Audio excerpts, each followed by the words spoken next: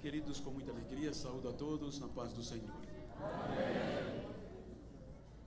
Eu quero ler o texto para conciliar a proposta temática tão bem sugestiva. Eu quero ler na carta do apóstolo Paulo aos Romanos, tendo em vista que a ênfase da proposta é o anúncio do Evangelho. Obrigado. Capítulo 1, texto por demais conhecido, versículo 16.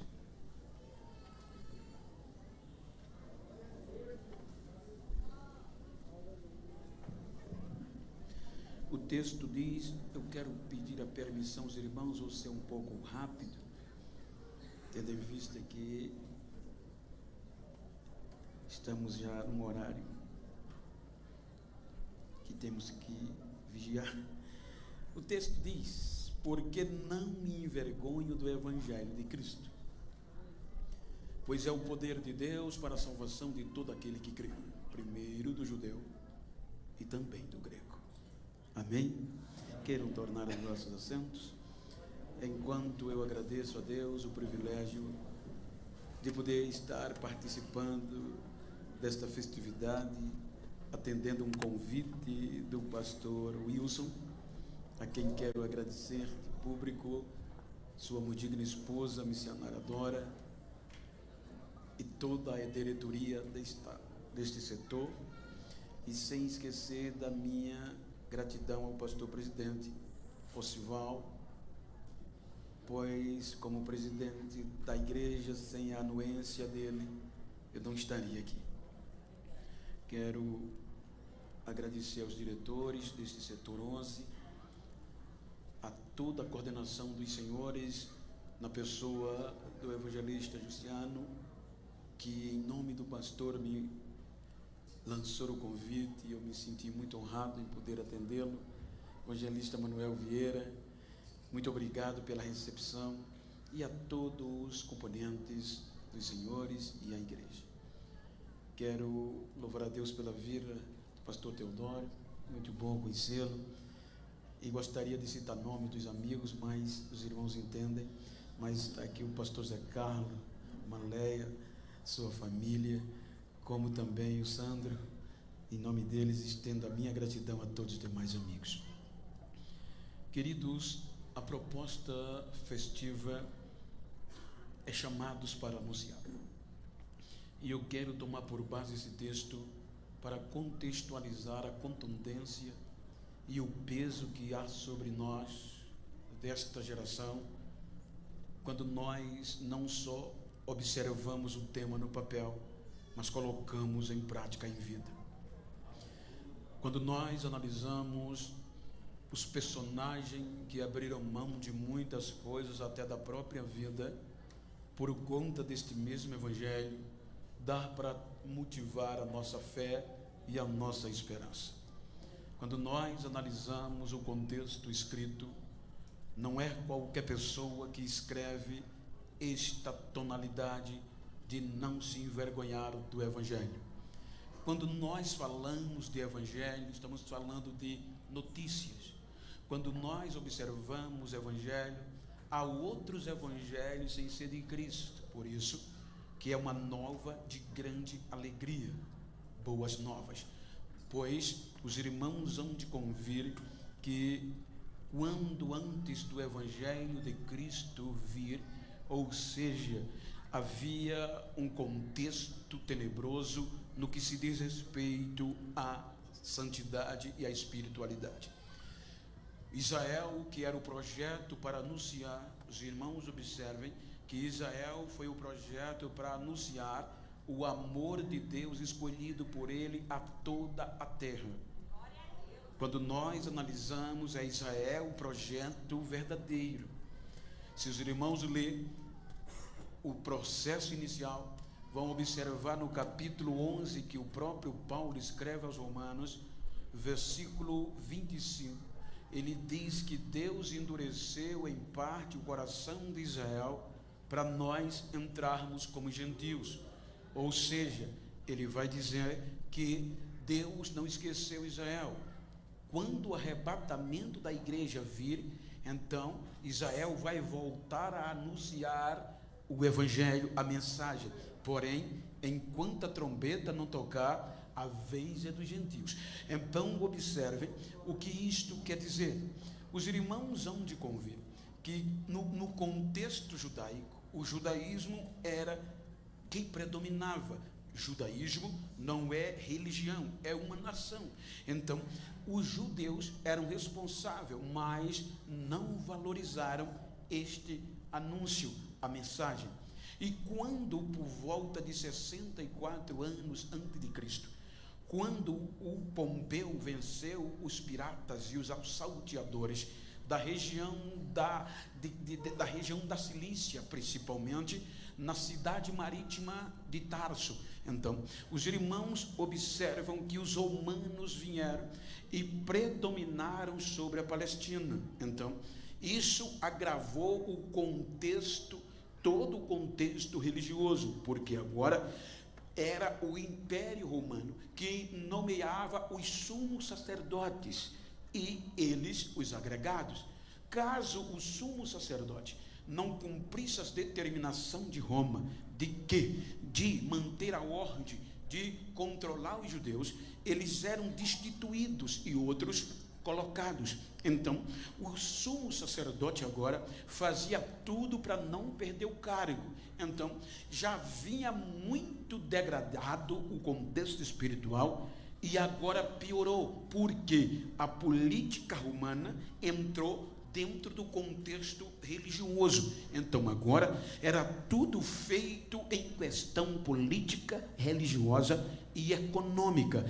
Por conta disso, vêm os interesses de eclodir os grupos religiosos, dentre eles os saduceus, os fariseus e os escribas, que eram um grupo de teólogos, os acadêmicos dentro da lei. Eram estes escribas que tinham responsabilidade de formar a nova geração, como os senhores mais jovens, para continuar anunciando a sua interpretação da lei no contexto, o seu evangelho. Então observem que aqui vem a segregação. O que era para ser pregado, para levar o povo a Deus, agora vai afastar, porque dentro da severidade dos fariseus, então eles interpretam a lei de Deus, mas descartam o amor. Então vão observar que antes do evangelho de Cristo entrar, quem era funcionário público ligado a Roma era pecador, e para eles não entrava nem na igreja, e eles não entravam nem na casa deles para não se contaminar. As mulheres que viviam vendendo o seu corpo não tinham mais perspectiva de vida, eram banalizadas.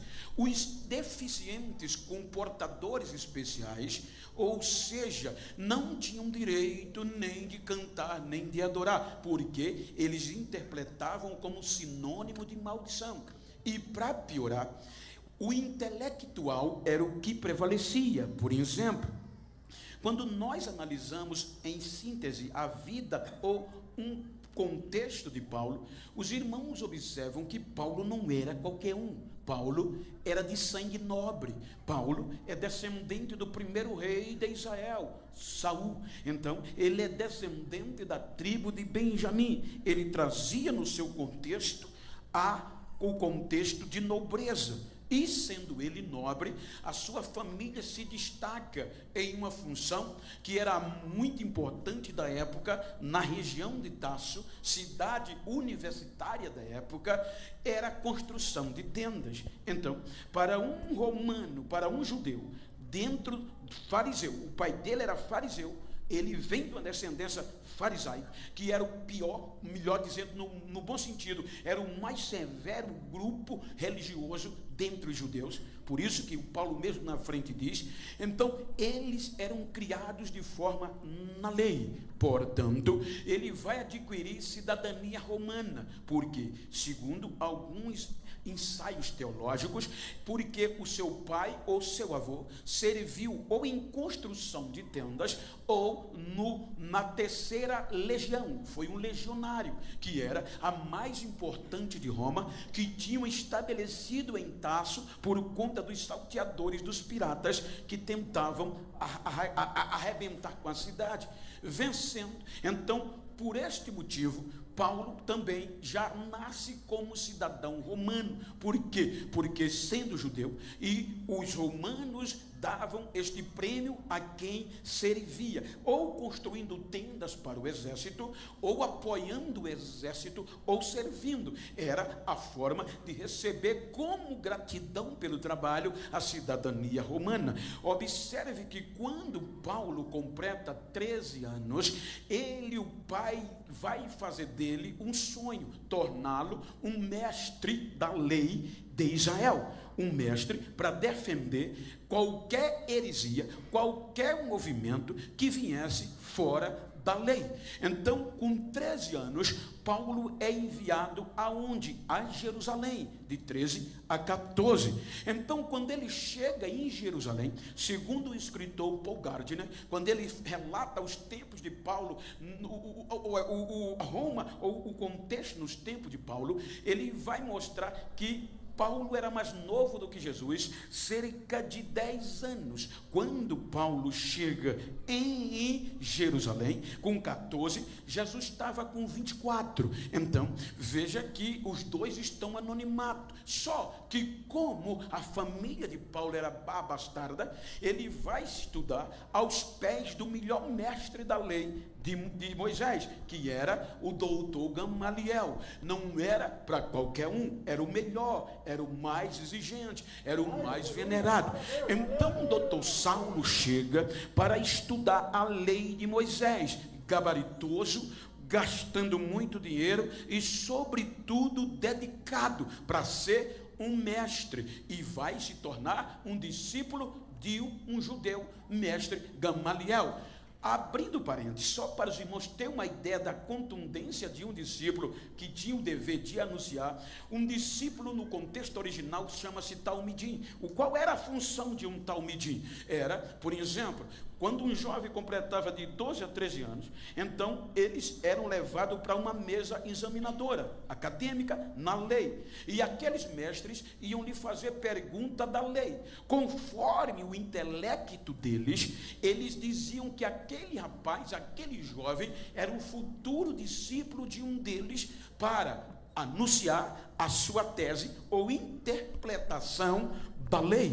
Então, quando eles eram aprovados, só eram os bons, os melhores, os intelectuais, e a partir daí, a vida desses rapazes não era mais dele. Por exemplo, quando Paulo é aprovado para ser ensinado por Gamaliel, então ele agora deixa de viver e vai viver para o mestre Gamaliel. Então, qual era a exigência? Era que a partir daqui, esses novos discípulos, que seria a futura geração que ia impactar o judaísmo, tinham que viver 24 horas por dia, na maioria dos dias, observando, porque eles iam prender os proféticos, os históricos, a lei e também os salmos, e sobretudo o comportamento de um mestre. Por quê? Porque não era só a letra, era também o que o mestre era capaz de fazer. Qual era a tônica? Porque se um pastor Wilson era o meu mestre,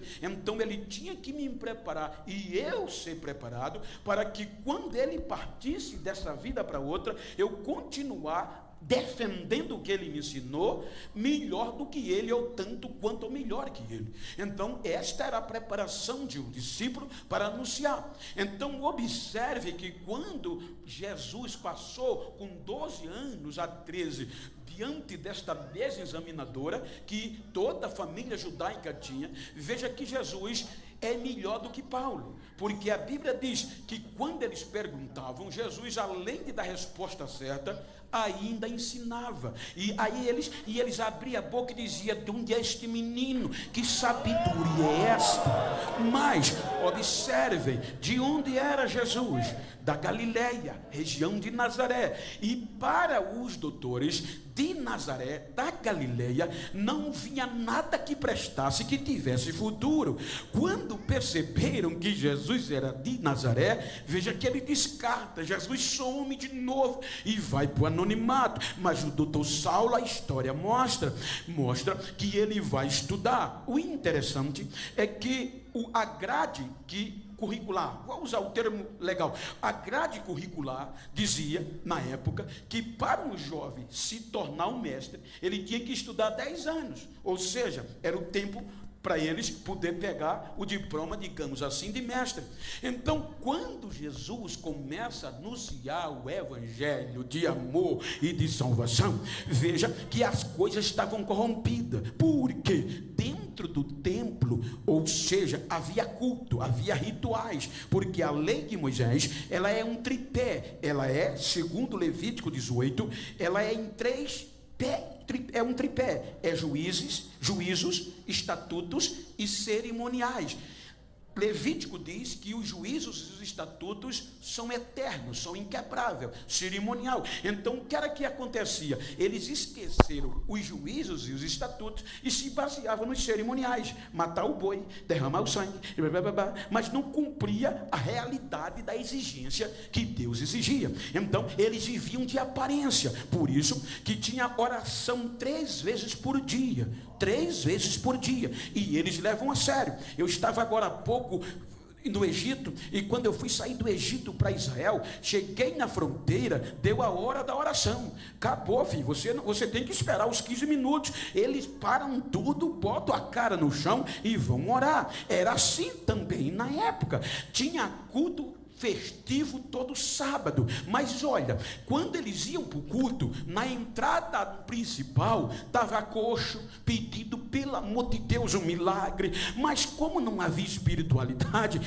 o culto começava, terminava a oração e o coxo só piorava. Por isso que você vê que dentro da cidade há um tanque. Eu fui na velha cidade de Jerusalém, que muitos viviam à mercê de uma agitada de águas para ter um milagre, e só um entrava, diz a história. Outros viviam no alpendre, descartados, miseráveis, doentes e abandonados, e você não vê nenhum desses discípulos ou mestre fazendo oração e acontecendo algo sobrenatural, porque só tinha aparência. Então observe que agora Jesus entra com um evangelho de Deus, o evangelho não para destruir isso, mas para cumprir. Aí qual é a ênfase? É que Jesus podia fazer como Gamaliel fazia e os outros, preparar os intelectuais. Você vai começar a ver agora o privilégio que nós temos. Aí Jesus, em vez de ir na faculdade de Jerusalém, Jesus, em vez de catequizar os crânios, não, ele vai acreditar em uns semi-analfabetos, pescador, agricultores, que em Jerusalém nunca ia provar. A Bíblia diz que ele chama estes homens para anunciar o seu evangelho. Ele escolhe, me ajuda, abre o retorno por favor.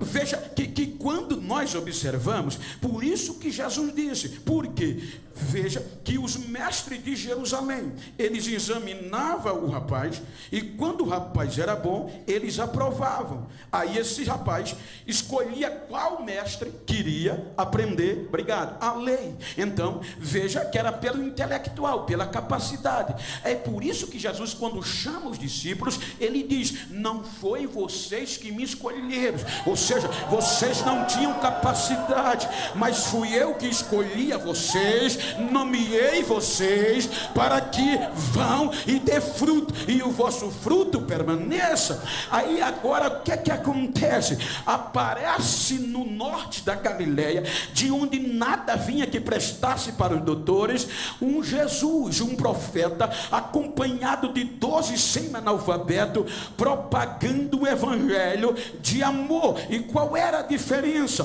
É que em Jerusalém os cultos era clamoroso, havia elite, a celebridade, mas o coxo continuava coxo, o ouro, a oferta, o dinheiro rolava. Aí agora vem Jesus pregando o evangelho no meio da rua, em praça pública, sem celebridade, sem glamour. Qual é a diferença? O seu evangelho vai fazendo diferença, porque milagres aconteciam tanto dentro de Israel como fora. Veja que a Bíblia diz que quando os gentios cirofenícios ouviram que aonde Jesus passava e pregava o evangelho, o coxo levantava, o cego voltava a enxergar, eles ficaram animados.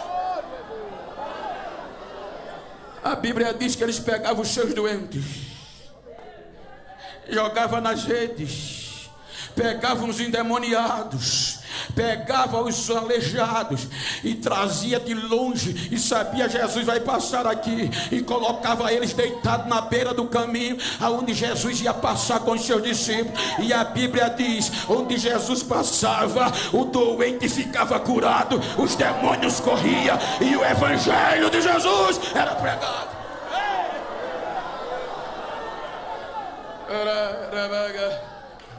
Era isso que os discípulos e tinham que aprender. Em Jerusalém era intelectualidade, mas aqui no norte era poder de Deus. O evangelho de Cristo é o conjunto dos seus ensinamentos. Evangelho é isso. Então, por isso que é o evangelho de Cristo, porque tinha outros, mas só o evangelho de Cristo era poder de Deus. Aí a notícia chega em Jerusalém, sintetizando, que apareceu de Nazaré um tal de Jesus o Nazareno, que estava pregando um evangelho e estava acontecendo coisas e que todo mundo estava seguindo a ele. E o pior, quem não tinha esperança ele estava dando, os descartados ele estava levantando, e aqueles que não tinham mais chance de viver ele estava dando.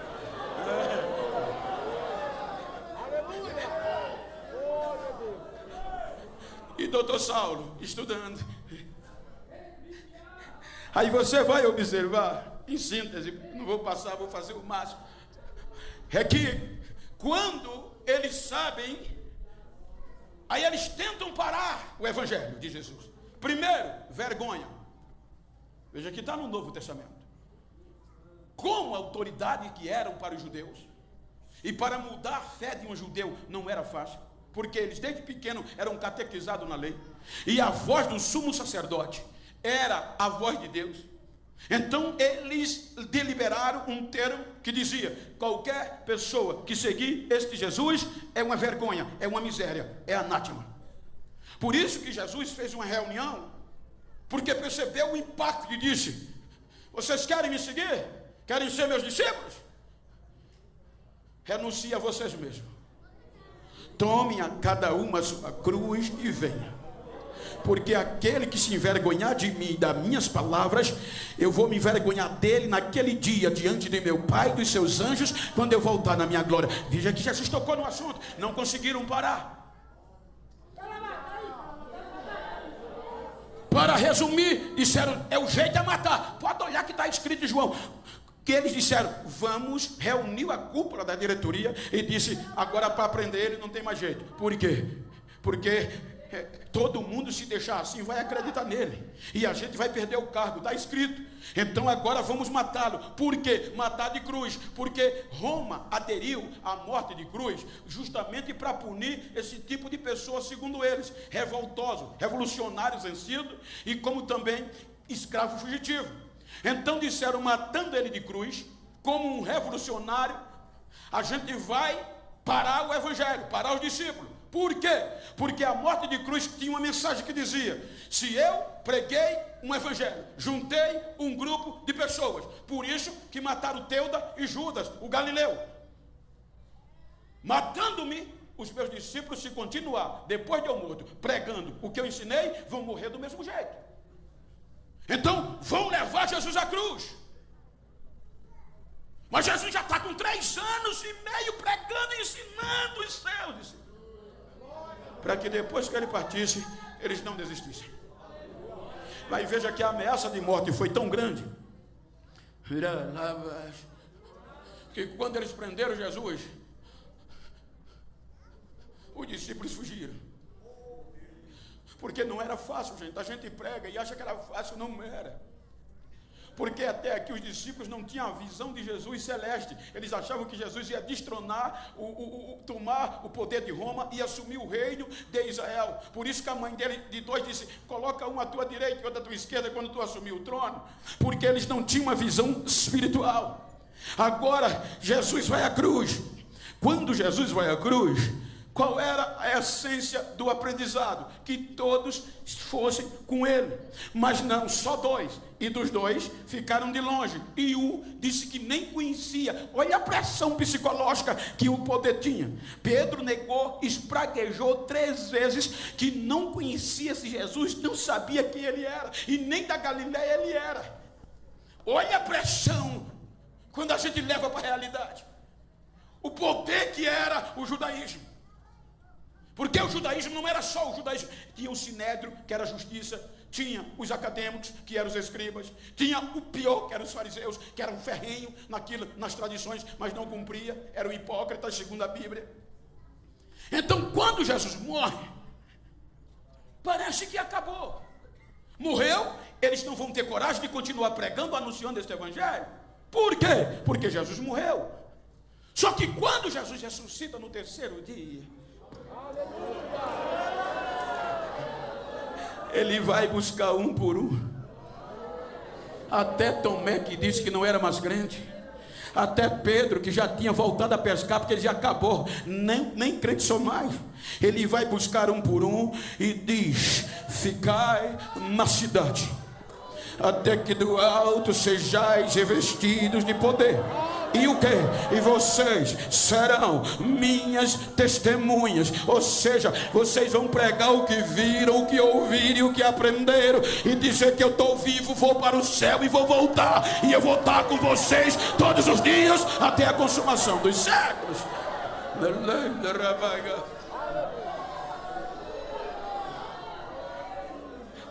O Espírito vem.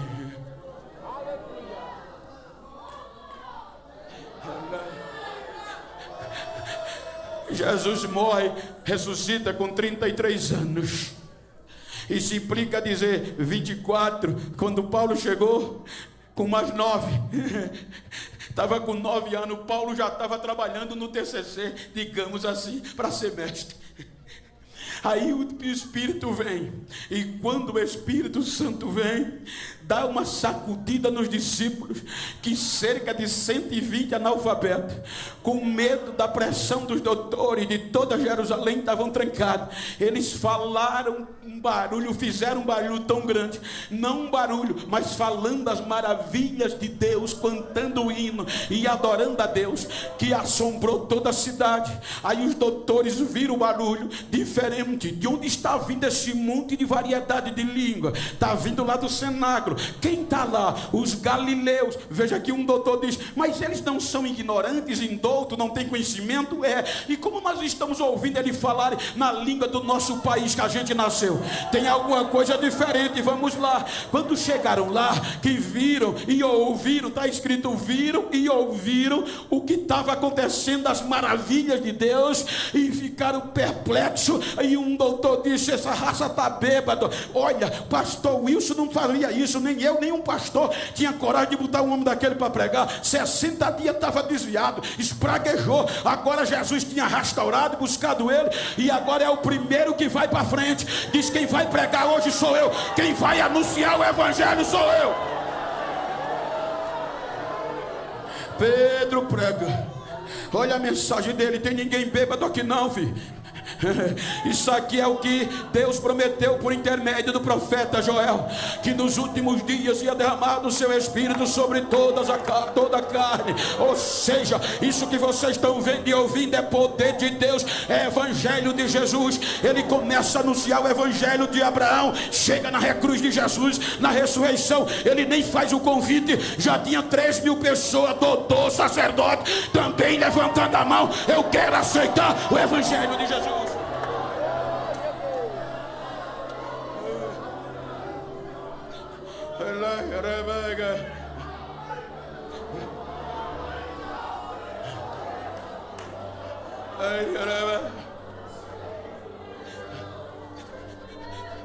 Aí, para desaforar, Pedro e João sobem ao templo. Lembra daquele coxo de quase 40 anos? Todo dia estava ali, tinha culto lá dentro e nunca foi curado.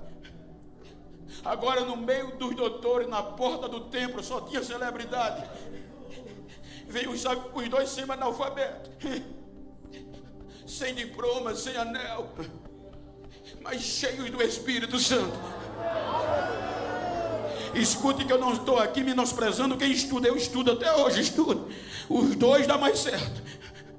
Aí me dá uma esmola, não temos prata nem ouro, mas o que nós temos vamos te dar em nome de Jesus, o Nazareno. Levanta.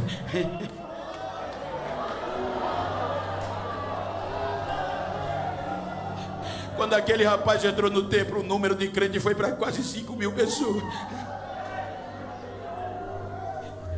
Aí foram chamados pela alta cúpula judicial e sacerdotal para pararem de falar nesse nome. E veja que eles sancionaram uma lei emergencial para parar os discípulos de anunciar: proibimos vocês, com ameaça de morte, de falar e ensinar nesse nome. Chicotearam-os e disseram: vão embora, se falar vai morrer. A Bíblia diz que nem para casa foram. Quando saíram do templo, foram anunciar o evangelho.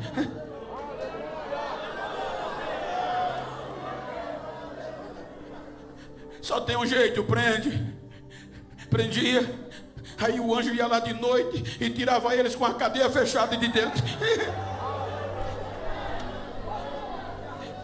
Aí disseram: reunião acadêmica, jurídica e sacerdotal, eles são ignorantes, eles não conhecem a lei, então só tem um jeito de pará-los: pelo intelectual, pelo conhecimento da lei. Aí o doutor Gamaliel, vou usar minhas palavras no contexto bíblico, doutor Gamaliel diz: o problema foi, está resolvido. Acabei de formar um menino muito bom, foi o primeiro, nunca vi daquele jeito, igual a ele nunca ensinei, vírgula por vírgula da lei de Moisés ele é bom, é cidadão romano, é judeu, poliglota, filósofo, entende de direito. Aí reuniram e disseram: vamos nomear ele. Pelo conhecimento da lei, ele vai parar os analfabetos de anunciar esse evangelho. Doutor Saulo é nomeado com a ordem judicial e sacerdotal, carta branca, no tocante àquela raça que eles chamavam de raça ruim. Pode fazer o que quiser, o importante é que acabe com eles. A Bíblia diz que o doutor Saulo entrou assolando, pisando de pé os irmãos. Quem não desistia jogava na prisão. Na morte de Estevão, ele fez parte, tomou conta das vestes. Ele bateu tão pesado no anúncio do evangelho, que a Bíblia diz: exceto os apóstolos, mas os demais irmãos saíram de Jerusalém com medo de morrer. Muitos desistiram, mas a Bíblia diz que outros não, mesmo correndo risco de vida, por onde eles passavam, anunciavam o evangelho de Jesus. Veja que Filipe chega em Samaria, e Samaria era dominada espiritualmente pelo grande poder da magia. Era um homem chamado Simão, que o povo em Samaria chamava ele o máximo do poder, o grande poder, que enganava o povo. Agora chega Filipe, liso, fugitivo, mas cheio de Deus, anunciando o evangelho de Jesus. Veja que a Bíblia diz que o evangelho de Jesus foi tão poderoso que quebrou Samaria no meio. Os irmãos de Samaria se converteram, e até Simão Mágico aceitou o evangelho de Jesus como Salvador. Os irmãos chegam em Damasco. Aí Damasco é incendiada pelo anúncio do evangelho. Aí a notícia chega em Jerusalém. Quando a notícia chega em Jerusalém, que lá em Damasco havia um povo que fugiu de Jerusalém, estava anunciando o evangelho do tal Cristo. Aí Paulo ficou doido. Ele anunciou, disse: eu pedi o fé de ofício, que é uma carta branca, com autoridade sacerdotal. Eu vou lá e vou arrebentar com eles, vou trazê-los presos, e quem não desistir, quem não quiser desistir e vir preso, eu mato lá mesmo. Recebeu a autoridade, pegou a escolta e vai para Damasco. Antes de chegar em Damasco, ele mesmo conta: meio-dia é a hora que o sol é mais quente, é a hora que o sol brilha mais, é a hora que o sol expanda a sua glória, 2 milhões de graus Celsius. Quando ele chega perto de Damasco, ele diz que desce do céu um brilho de luz que brilhava mais do que o sol em pleno meio-dia. Ele, com todo o cabedal, com toda a escolta, cai no chão e só tem o direito de dizer: quem tu és, Senhor? Eu sou Jesus, a quem você persegue. E agora?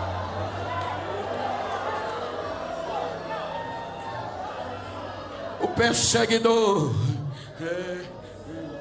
aquele que dizia que ser crente era vergonha, agora já chega em Damasco crente até o tutano. 3 dias de jejum, sem comer e sem beber, orando. Aí vai Jesus na casa de um crente sem nome, sem crente, sem foto no cartaz, crente que já estava tremendo porque sabia que o doutor estava vindo para prendê-los. Aí Jesus vai lá e diz: Ananias, tem um jovem que vinha para cá e eu ceguei ele está na rua tal, no endereço tal. Eu quero que você vá lá, que eu quero usar você para ele ser curado e eu enchê-lo do meu espírito. Saulo tinha cabedal, tinha conhecimento, mas não tinha o poder de Deus nesse espírito. Aí Ananias pergunta o nome, quero acreditar. Aí Jesus diz: é Saulo. Aí Ananias diz: Senhor, esse homem é cruel, ele já prendeu muitos crentes, já matou, e ele está vindo aqui para nos levar preso para Jerusalém. O que é que eu vou fazer lá? Ele é terrível. Jesus diz: eu já quebrei ele no meio, filho. Ele agora é um vaso escolhido para anunciar o meu evangelho aos gentios e aos reis deles. Ananias vai, chega lá, Saulo orando. Eu acho lindo o termo, claro, no contexto construtivo, não pejorativo. Hoje. Ontem eu estava pregando na convenção, uma DENE, que é a reunião dos ministros do Nordeste, na minha cidade. Todos os pastores nordestinos, a maioria, os presidentes, estavam lá. E você tem que chegar com cuidado. Não estou dizendo no caso lá, mas estou falando a gente que foi ensinado na nossa cultura cristã. Você tem que chegar, em alguns casos, Pai do Senhor, doutor, PhD. Se você disser irmão, misericórdia. Aí Ananias chega cheio do Espírito Santo, sabendo que o doutor Saulo era o top. Ele já entra dizendo: irmão Saulo. Já sabe que o cara está quebrado no meio. Irmão Saulo, o Jesus que me apresentou mandou eu aqui. Eu vou orar e você vai ser curado. A Bíblia diz que Ananias ora, as escamas caem, ele volta a ver. Quando o doutor se levanta, aí Jesus deixa comigo agora e enche Saulo do Espírito Santo. E Saulo agora vai falar línguas estranhas. Saulo agora vai conhecer o que é poder de Deus. Diga para quem está ao seu lado: estude o máximo que puder, mas nunca abra mão da unção, nunca deixe este poder. Não, porque tem muitos lugares que doutor não profetiza mais, tem muitos lugares que doutor não fala línguas estranhas, mas eu creio que na adega ainda fala, ainda tem doutor que profetiza, ainda tem doutor que anuncia o evangelho de poder.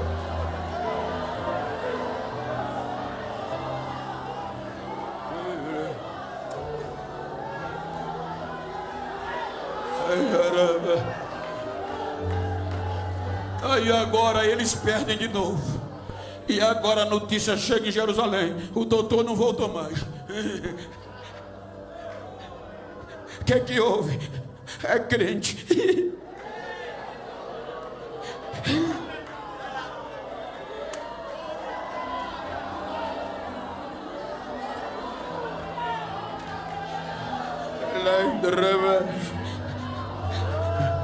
Ele passa 14 anos no anonimato, se preparando. Você está entendendo a responsabilidade que a gente tem? Que quem começou a pregar esse evangelho não era um qualquer um.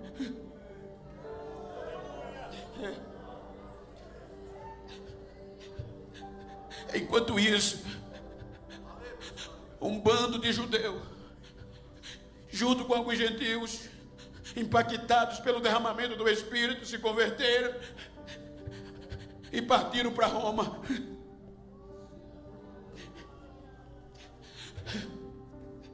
Quando chegaram em Roma, começaram a anunciar o evangelho. O negócio era tão sério, porque Roma era o centro do mundo, capital do império. Roma era uma Brasília hoje, de onde saem as decisões do país, as maiores decisões. E como império, já está dizendo, eles não proibiam a quem chegasse, estrangeiro ou não, entrar em Roma e adorar os seus deuses, desde que reconhecesse César como o Senhor acima de todos. Agora os convertidos que chegaram anunciando o evangelho de Cristo vão ter dificuldade, porque eles só reconheciam Cristo. O escritor romano Suetônio, ele conta que esses crentes começaram a perturbar o imperador por conta de anunciar um certo Cristo. O que era que acontecia? Ilustrando, para você ter uma ideia, os crentes chegavam e não tinham medo de anunciar o evangelho. Eles passavam pelo outro, era ordem imperial. Antes do evangelho chegar, me ajuda aqui, por favor. Eles passavam pelo outro e tinham a obrigação de se encontrar na rua, adorando o seu Deus ou não. Desde que fizesse isso, Securio, o outro respondia e passava. Quando eles diziam isso, no latim ou no grego, César é o único Senhor. Mas agora, anunciando o evangelho, esperando a volta de Jesus, dentro de Roma, quando eles encontravam uns, eles não se curvavam, eles já sorriam, apertavam a mão e em voz alta dizia Maranata. O outro gritava Maranata, ora vem Senhor Jesus, ora vem Senhor Jesus.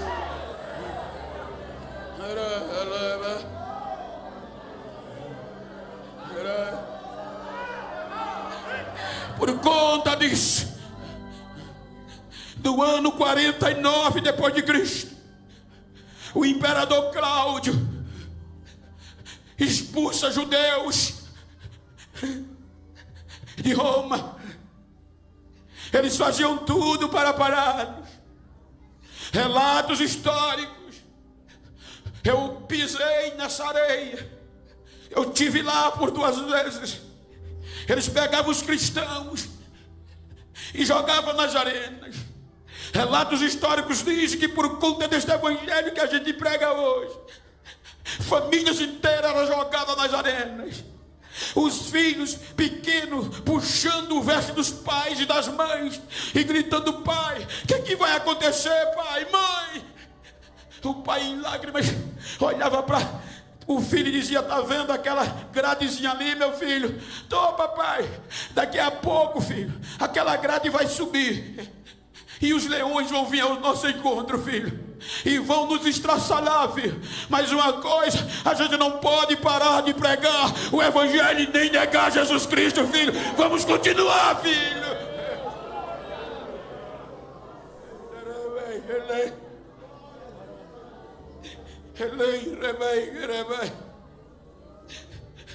Muitos foram expulsos, mas outros ficaram.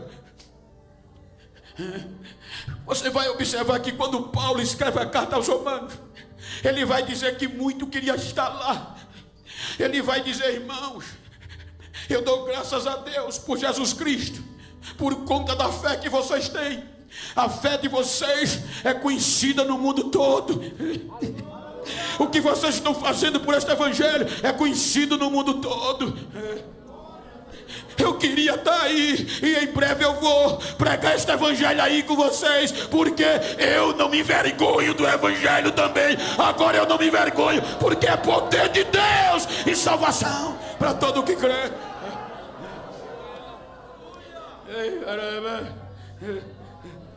Ele escreve isso com cerca de 57 anos depois. 54, Nero começa a reinar. Nero reina ou domina o império, salvo engano, de 54 a 64. Então veja que agora, por volta entre 60 e 64, Nero toca fogo em Roma. E quando Nero toca fogo em Roma, ele, para eliminar os cristãos, devastar, ele coloca a culpa nos cristãos e diz: os cristãos são culpados. E desencadeia uma perseguição implacável para destruir todos os cristãos. Aí Pedro está sabendo. E Pedro, quando escreve a carta do tema, ele escreve por volta dos anos 60, 64 por aí. E ele vai escrever as 5 províncias na Ásia, que era dominada por Roma. Província na Ásia, mas províncias romanas. Então quando ele vai escrever, ele está sabendo que está vindo uma perseguição implacável, e ele vai motivar os crentes para não perder a fé e não deixar de anunciar o evangelho. Veja que ele vai estimulá-lo dizendo: vocês não podem negar, continue santo, como o santo é aquele que vos chamou. Vocês não podem desistir, porque vocês não foram comprados por coisa qualquer, como coisas corruptíveis, feito prata e ouro. Olha o que é que ele diz. Você vê aí, eu estava meditando os dias passados, o valor monetário que o jogador de futebol ganha. Tem jogador aí que chega assusta quando diz a cifra, mas eles merecem, porque são craques, são merecedores. Mas Pedro está dizendo para a igreja que ele escreveu, a região, que vocês não foram comprados por qualquer coisa, ou seja, a gente não merecia. Ele disse: mas o valor que vocês custaram não tem que se compare. Não foi a prata, não foi o ouro, mas foi o precioso sangue de Jesus. Avante, vocês não podem parar. Por que não pode parar? Porque vocês são a geração eleita,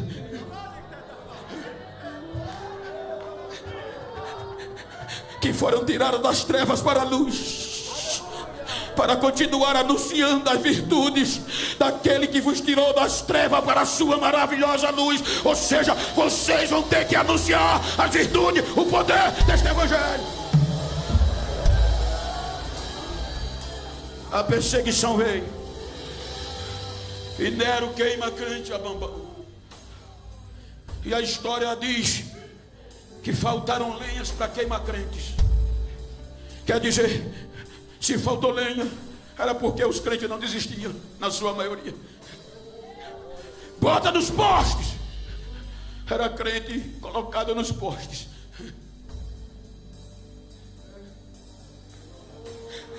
Riscavam fogo.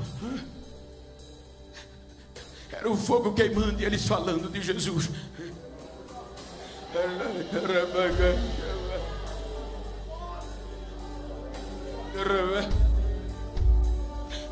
Nero decapita Paulo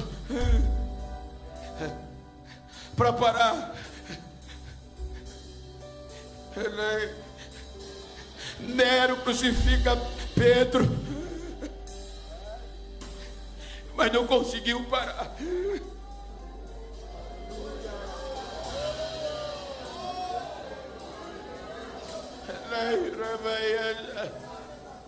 A religião queima rãs, mas não conseguiu parar. Tentam parar Lutero, mas não conseguiram parar. Tentam parar os grandes avivalistas. Os doutores diziam: como mudem. Diziam: o que é que vocês têm? Vocês não têm estudo, vocês não têm sermões bonitos, mas como é que vocês conseguem atrair as pessoas a encher as praças e aceitar este evangelho que vocês pregam?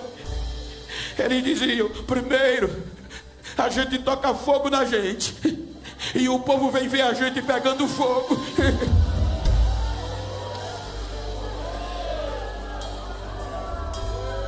Diga para quem está ao seu lado: se depender de mim, você vai sair daqui incendiado para atrair multidões.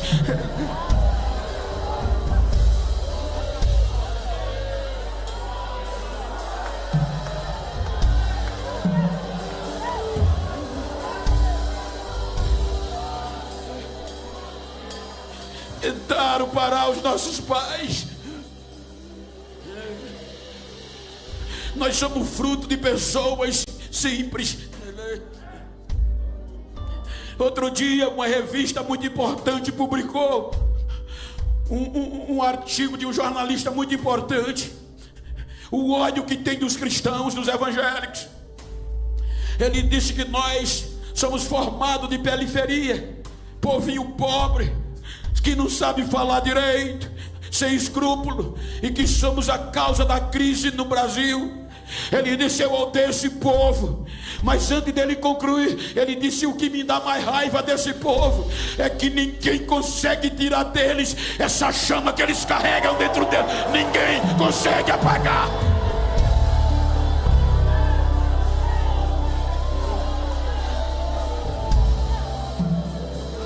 Esses dias eu estava pregando em Sobral, sentado ao lado do pastor. Ele disse: pastor, quem orou pelo meu pai aceitar Jesus foi Daniel Bering. Ele disse: nessa igreja, pastor, todos aqueles homens passaram. E ele disse: o meu pai, anunciando este evangelho, entrou um doido e esfaqueou meu pai até a morte. Era meu pai sendo esfaqueado e pregando o evangelho de Jesus.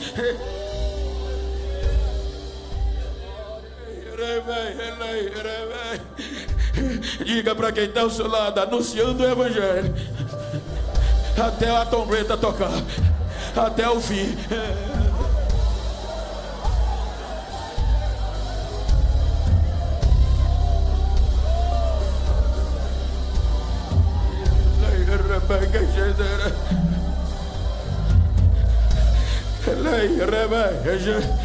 Eu sempre gosto de dizer isso quando eu falo do evangelho. Diga para quem está ao seu lado: chegou o século 21. Mas diga com fé: chegou o século 21. Diga: agora chegou a pós-modernidade. Agora chegou a facilidade. Diga: mas agora é a nossa vez.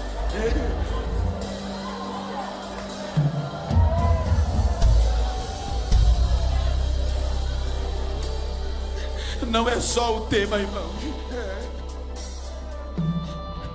Esses homens abriram mão da própria vida de viver. Homens e mulheres que perderam vidas por conta de anunciar esse mesmo evangelho que a gente está reunidos aqui. E eles não tinham a facilidade que a gente tem. O preço era a vida.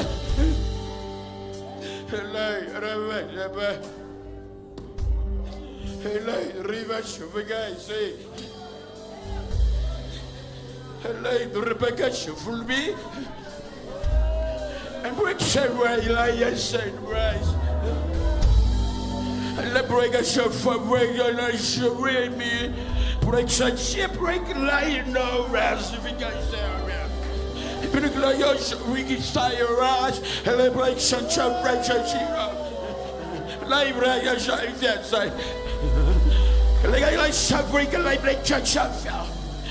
O Espírito Santo me faz dizer que está fortalecendo joelhos que estão cansados. Há uma chama nesta noite incendiando corações, e há uma urgência da parte de Deus em sacudir crentes para a evangelização em massa. Ei, Brasil, te prepara que está levantando uma geração destemida para falar do poder deste evangelho. Cadê a geração? Cadê a geração? Cadê a geração?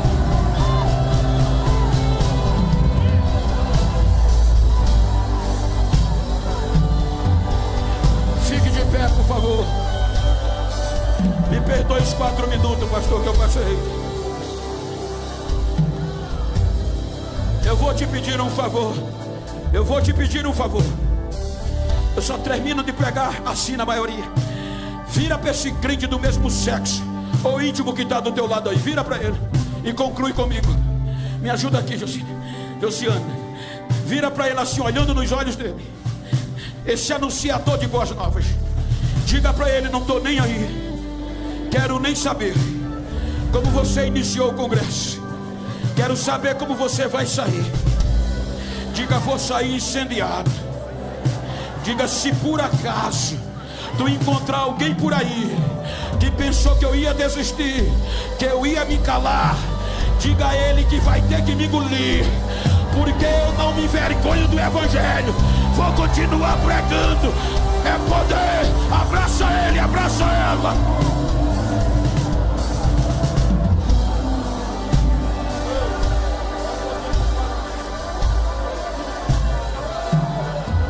Glória a Deus. Não pode resistir agora. Não pode pegar agora. Deixa eu ver o barulho de glória. Deixa. Evangelho é poder de Deus, é poder de Deus, é poder de Deus. Vai, pega fogo, vai. Seja renovado agora. Incendeia quem está ao teu lado. Faz ele sair daqui como nós saímos nos nossos cultos, pegando fogo, embriagado pelo poder deste evangelho.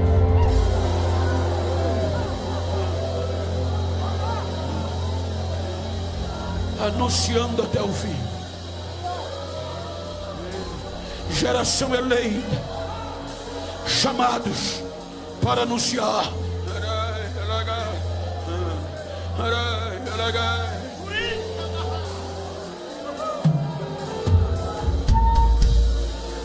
Eu disse uma vez, não me lembro, o setor estava o Zé Carlos, estava lá comigo, e eu disse que quantas vezes eu recebo ligação hoje na pós-modernidade das pessoas cultas me incitando para não pegar mais Bíblia. Para que pregar evangelho mais? A nova geração não quer saber mais de línguas estranhas, nem de Pentecoste, nem de Bíblia. O evangelho agora é psicologia. O evangelho agora é automotivação. O evangelho agora é coach, bom e bonito. Você tem que mudar de pregar. Eu digo não. O evangelho que eu aprendi, ele não sai de tempo. Ele é hoje, ele foi ontem, ele é hoje, ele será sempre. Ou seja, vou continuar pregando Bíblia, vou continuar falando línguas estranhas, vou continuar profetizando. Cadê a geração que vai continuar anunciando este evangelho? Cadê você? Então adore.